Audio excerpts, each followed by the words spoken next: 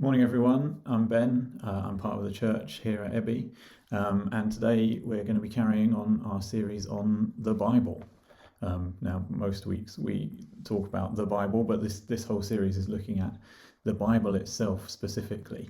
And today we're thinking about meditating on the Bible, drawing on some verses in Psalm 1.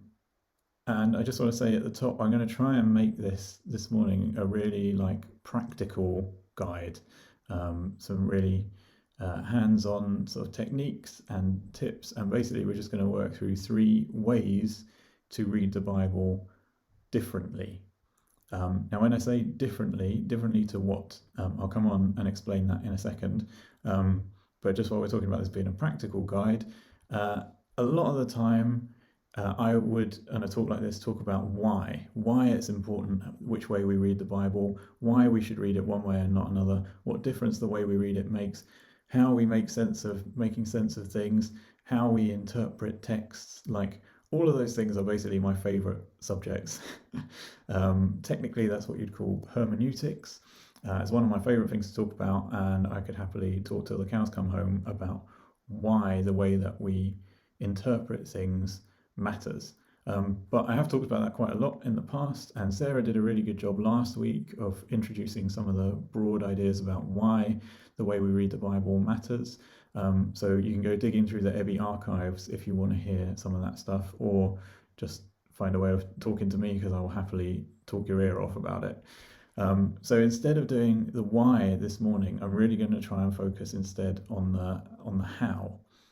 What I'm going to suggest this morning, I'm not saying are a perfect or complete answer on how to read the Bible. This is not the right way to read the Bible that will solve everything. It will probably leave just as many gaps as it fills. It will raise as many questions as it answers. If you try and think that this just single-handedly covers everything, it won't.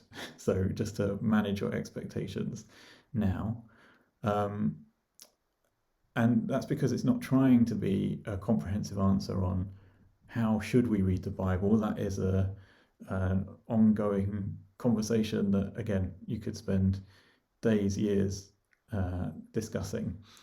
Instead, I'm really just trying to focus on one thing, and that's this idea of reading it differently. And when I say differently, I mean differently to one way of reading the Bible, which I think is quite a common way of reading the Bible, possibly the most common, probably the way that people sort of, if you just ask somebody on the street, this is probably how they would broadly expect the Bible to work. And so when I'm saying 3 ways to read the Bible differently, I mean differently in this one regard. And what that is really is different to reading the Bible like a manual, like an instruction guide, like a textbook or a reference book, like a thing that tells you the answers or what to do and how to behave. Like I say, I think that is probably the main way that lots of people have in their head of what the Bible is, what it's for, how you ought to read it. And I think a lot of sort of Christian habits or guides or whatever, a lot of them will trade on the idea of reading the Bible like a manual. If you want the technical term for this, and again, this is something I've spoken about before, this is what's called efferent reading. Again, I'm not going to do the why. I'll just say that I don't think that is a great way to read the Bible. In fact, I think a lot of the time it's specifically harmful. I don't think it does justice to the text and the way the text works, and I don't think it does justice to the complexity of the world normally, and I think a lot of the time it embeds unhelpful or sometimes actively dangerous ways of thinking and outlooks. But I'm not doing the why. I've got to stop myself. We're going to stick to the how. Okay, so if I think reading it like a manual is not a great way of doing it, what's this alternative way that I'm going to explore this morning? And I'm going to talk a little bit about how to read the Bible in a way that is about losing ourselves in it rather than finding things out from it. So again, technical term for that is a more aesthetic way of reading the Bible. So if efferent is reading it like a Haynes manual, like a recipe book, like give me the instructions, tell me what to do, then aesthetic is reading it more like a story, like a poem, like a novel, um, where it's about immersing yourself in the world, about walking around in the imaginative space it creates. And really, I think the key thing there is about the dynamic between us and the text. And what I mean by that is when you read it efferently, like a manual, you are the big thing and the text is small. So I want to find out answers to my questions, and as a subset of me, I'm going to go look in this book and it's going to tell me one thing for this one situation. So then I'm going to know what I think about this topic or that topic, or what the right answer is on this moral question. But the big thing is me, and the text is a small thing that helps me. If you flip it around and read it aesthetically, I think that changes that relationship. And the idea of these three things that we're going to look at this morning is it's about trying to make the text a bigger thing and us the smaller thing. So that actually it's about how do I fit into the world, into the story, into the picture um, of God that is being told here, and how is God's world working, and where do I fit inside of that? And so it kind of flips the telescope around and makes us the smaller thing. If it's helpful, one little analogy might be it's like the difference between watching a 2 minute YouTube tutorial versus a night at the cinema watching an epic film. YouTube tutorials are great if you've got a specific thing. You know how it is. I need to know, I don't know, how to fix this tap, how to remove my bike tire, how to fold a fitted sheet. This is a particularly good one, by the way. If you're looking for 2 minutes of video content that can change your life forever, can recommend learning how to fold a fitted sheet. It's about my only chore that I can get done. But you know how those work is you've got a specific thing in mind, you do a search, you're looking for something short, snappy, minimal time that will tell you a definitive answer that you can just take away and do, and then bam, 2 minutes later, I now know how to solve this problem that I already had.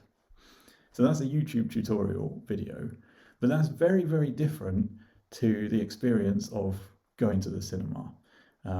I think if any of us, paid 15 quid or whatever it is these days, and queued for 20 minutes and watched half an hour of trailers and bought popcorn and sat there in the dark with like super loud sound and got all hyped up, and then endured 2.5 hours of character development and beautiful scripting and epic soundtracks just because we wanted to find out how to fold a fitted sheet. I don't think many people would be doing it for a date night, I guess. We know that it's a different experience. We know that we don't go to the cinema for the same reason that we go to YouTube for a tutorial, and we don't expect the same sort of experience, and we don't expect them to work on us in the same way. The thing that you come away with from a night watching a brilliant film in a cinema is a very different feeling than you come away with from watching a YouTube tutorial to solve a specific problem that you've got. And that's kind of the difference between this like efferent manual textbook approach and what I'm going to be talking about for the rest of the time this morning, this more immersive, aesthetic, losing ourselves in the story approach. Okay, I hope that sort of sets the scene all right. So here we go, 3 really specific practical ways to try and do that more immersive cinema style reading instead of the YouTube tutorial. So the first one is when you go looking for an answer. I think that's quite a common way that people read the Bible is they've got a question or a dilemma or a topic that they want to know about, and they go, oh, well, I'm a Christian, I guess I should find out what the Bible tells me is the answer to that. And so you go and maybe you search on Google, or maybe you flip to the back of the Bible and look in the index, or maybe you try and ask somebody for a guide. But what you're looking for is you've got a specific question and you want to find out, like the YouTube tutorial, what is the 2-minute summary on the answer to this question. And so you might end up on a page like this, for example. So maybe you go and Google and go, what what does the Bible say about voting, or who does the Bible tell me I should vote for in the next election? Could be any topic. What does the Bible tell me about which crockery I should buy? I don't know. But you might end up on a page like this, and you can see there it's trying to provide that bite-sized snippet of definite answer, like as if you can just ask one question and get one word, one sentence reply that just solves it for you. Again, I won't go into why I think that's not a great way of doing it. I'll just say that I don't think it is. But that, I think, is quite a common way for people to actually get into their Bible. They've got a question in mind. That book on the shelf up there tells me something about it. I'm going to go find out, and it will tell me in one line what I'm supposed to think. So if that is you, or if you ever find yourself in that situation, here is an alternative way of reading it when you feel you're tempted to get into that, to stop you reading it like a manual. Instead of going in with a question in mind and looking for the one-line answer, my first suggestion would be ditch the question entirely. So next time you're tempted to do that, stop and forget your question. Like, put it to one side, and before you go to look at the Bible, try and actively not be thinking about this question that I want to find out the answer to. And then, instead of going looking for that one-line summary that just tells you the instruction, instead of that, try and explore the story. Now, this is important. We've already ditched the question. So this is not exploring the story so that you can find out a rich, varied, immersive answer to how should I vote. Okay, we're putting the question entirely to one side for a second. And instead of trying to get an answer to a question, we're just going to spend some time exploring the story on its terms. And this is that thing about changing the dynamic again. So this is about stopping it be that I'm the big thing, I know the right question to ask, and this thing is supposed to serve me with an answer. We're going to try and flip that around and say, I'm just interested to hear what you've got to say, and I'm going to see where I fit inside that today.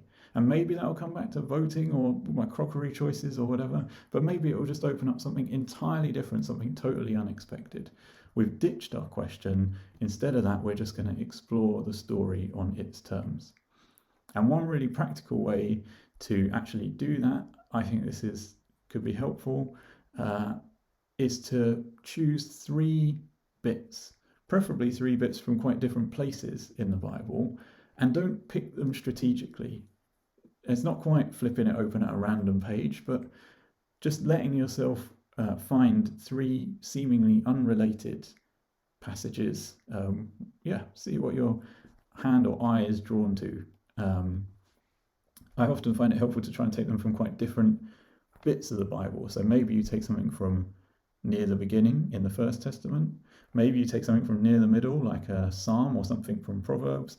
And maybe you take something from like the final third of the Bible in the New Testament, a Gospel or one of the letters. Just because that gives you very different sort of types of literature often. But the point is, we're not going looking for a one-line answer anymore. We're now just exposing our brains to 3 different bits of the story and seeing how they resonate, I suppose. And so you might end up with something like this. This selection I've got here, I haven't carefully curated these. This is just 3 random chunks. And it might look at the first glance like these have got nothing to do with each other. They've certainly got nothing to do with the question that we thought we wanted to ask. But that's kind of the point. This is about putting our question to one side and exploring the story on its own terms and just letting ourselves walk around in that and hearing what it has to say. That's the first one. Second thing, and I think this is quite a common way that people again actually dig into their Bible, certainly in like evangelical circles, is a quiet time or a daily reflection or a guided meditation, whatever you might call it. That sort of like 10 minutes at the start of the day where you go, oh gosh, I really should not just watch the next episode of that Netflix thing I'm binging. I should be holy and serious and go and read 2 chapters of Nehemiah. Um, I think that's quite a common way of reading it, but again, I think it often comes with that manual approach to things, that efferent outlook, that instruction guidebook thing kind of baked in. And so whether you're reading with like a study guide, or even if it's just the questions that you subconsciously have in your head, they, I think, will often look like this. So you can see there, are there any commands for me to obey? What steps can I take to apply this to my life? What's the action that I need to change? And so every time we're kind of doing these quiet time studies, often we're coming to the passage looking for, what does it tell me to do differently? How do I need to, where's the instruction on how to change my behavior right now, today? And again, this is just to try and give you an alternative to doing that, because I think that's often a very limited and unhelpful way of approaching the text. So next time you're doing a quiet time and you're sitting down to your 2 chapters of Nehemiah, instead of coming at it with what are the instructions on the actions I need to change, attitude or set of questions, here's my alternative proposal. First, ditch the search for your actionable. So in the same way we threw away our question, throw away as best you can that desire to get one behavior to change. Put that to one side. That's not what we're looking for. And then instead of reading it looking for actions, try and read it just taking note of your feelings. This is, again, the technical thing for this is called an Ignatian reflection. And what you try to do is situate yourself in the story. So imagine the scene. Sometimes it will literally be a scene that you're reading about. Jesus is on a hillside preaching. Sometimes you'll have to do a little bit of extra work, like I imagine that I am in a church in Ephesus and I've been sent a letter and I'm sitting there over my other church members hearing this letter read out. Whatever, as best you can, try and visualize, imagine the scene of this passage that you're reading. And then instead of looking for actions and behavior changes, just try and pay attention to how it makes you feel. There's no right or wrong answers on this, and you're not looking for your feelings in order to tell you what your actions should be. You're just observing them. You're just reflecting them back to yourself. And so you might end up with something like this. This is from the Sermon on the Mount. And it might be that, you're picturing the scene, you're hearing the sounds, you're seeing the sights, you're smelling the smells in your mind. Okay, and then we hear Jesus say, consider how the wildflowers grow. Maybe that makes you feel like, oh, that's nice. Again, this is just your gut reaction. Don't try and have a clever feeling. Just what is your immediate gut feel? And then he carries on. But then maybe in a couple of lines he says, closing the grass of the field, which is here today and tomorrow is thrown into the fire. And maybe that makes you kind of go, oh, I don't like that. That feels quite uncomfortable. That sounds a bit scary. Not so sure about that. And you carry on. And again, so you might even get to a bit that looks like an instruction.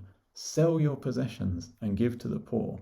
But we're not looking for instructions. We're looking for feelings. And so what is your feeling when you hear that? Does that get you fired up and make you think, yes, finally somebody is saying this? Or does that scare you? Is that what I'm supposed to do? I'm not sure about that. We're not looking for instructions. We're reading for our feelings and our emotional reaction. So that's my second suggestion. And then thirdly, just because time is ticking, home group, I think, is another place where people actually often read the Bible. In our home group, we've been carrying on meeting on Zoom and been reading through different passages together. And I think with home group, often the manual approach works a little bit differently here, the instruction book thing. I think what often happens is in a home group setting, so you're reading together, I think there's often a desire to try and find uniformity or consensus, to land it in a nice, neat place where everybody knows the right answer. So a bit like earlier on, we had a one-line question and we wanted a one-line answer. Now we're all reading it together, but there's often a sense that like the point of reading this together is to get us all on the same page, to make sure that we've all agreed, oh yeah, this is the right interpretation, this is the right answer, this good. Okay, we've all come to the same point. That must be right. Um, Again, I won't try and explain now why I think that is often an unhelpful um, outlook. I'm just going to propose an alternative. And my alternative here is instead of reading to try and land all in one nice, neat place where everybody's on the same page, ditch the need for that. Try as best you can to put to one side that desire to get everybody agreed and in alignment. And instead, actively try and read for difference and try and hold that tension open. It might often be uncomfortable the first few times you do this. Sometimes it can feel a bit like a sentence that never comes down. If you've ever heard someone on a radio phone in and they're going on for too long, it's really stressful where their sentences just keep going up at the end. And so they've been on the phone for 10 minutes already. And we really want it to come down so know that it's going to finish at some point, because really, how long is this call going to go on for? But it sounds like they're just going to keep on going to another point. And I need this to land because I'm not getting any closure here. But actually, I think they're just going to keep on going. And maybe there's still going to be another thing after that. Like it's stressful. But that is part of what we want to aim for, because this desire for everyone to be on the same page is looking for that sentence to come into to land, to, oh, okay, we've all agreed now. This is the answer. But instead of that, I would encourage you to try and read deliberately, to keep those sentences going up at the end, to keep that difference, to let there be 5 different takes that are nothing like each other, and not to try and do anything with that, but just to let them all sit in the room. This works especially well if you are doing the reading for feelings approach. And we have been doing this in our home group lately. I've really been enjoying it. It's been really interesting to hear how differently people can emotionally respond to the same passage. And so it's easy to assume, well, we all feel upset about this bit and we all feel reassured by this bit. But actually, you'll often find people have totally different emotional reactions to you. And the bit that you thought was definitely scary, they find really exciting. Or the bit that you find really reassuring, they find really dismaying. And I just encourage you, in home group settings, if you can practice reading for emotions, great. And then on top of that, just practice reading for difference, to hold those, a community of responses, I suppose, in the same space, without feeling the need to make everybody get to the same conclusion that brings the sentence down in that nice, reassuring, good, we can all go home now way. That is a very quick whistle-stop tour of 3 practical ways to try and read the Bible differently, not like a manual, more like a story, not with our questions front and centre, but with its narrative front and centre. So just so in case you've forgotten, instead of going one-line question, one-line answer, try and read 3 seemingly unrelated passages. Instead of, when you're doing your quiet time, reading for life application, try reading for emotions. And when you're doing home group, instead of trying to read for uniformity and agreement, try and read for difference and diversity. And all of that, I think, is really helpful, because what it ultimately is about is us trying to walk around in the story of God. So rather than trying to work out how God fits into the story of me, how Christianity steers my next step, what Jesus tells me I ought to do in my life that is largely decided by what I think is important, it's trying to flip that relationship around and saying, God's story is front and center, and how do I walk around in that? How do I see the paths of the kingdom in the world around me? How do I familiarize myself with the world as God sees it, on God's terms, so that I can try and be sensitive to it in the world as I find it? That is quite enough from me, so I will leave it there.